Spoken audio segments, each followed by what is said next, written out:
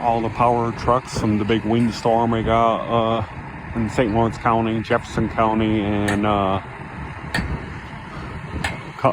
over New York State got a big windstorm.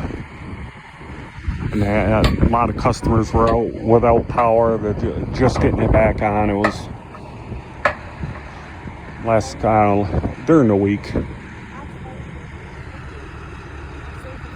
We're down the Salmon Run Mall, Watertown, New York, going up to Texas Roadhouse. Well, I guess they're supposed to get another big snowstorm down here, but I'm not gonna worry because St. Lawrence County, we won't get it. We'll be fine. It's nice today, but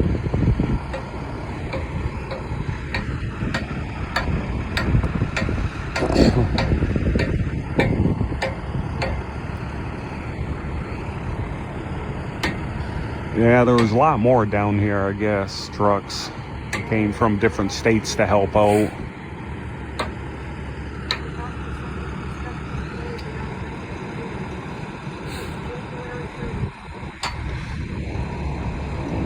Okay, just wanted to show you a quick video. Over and out to the next one.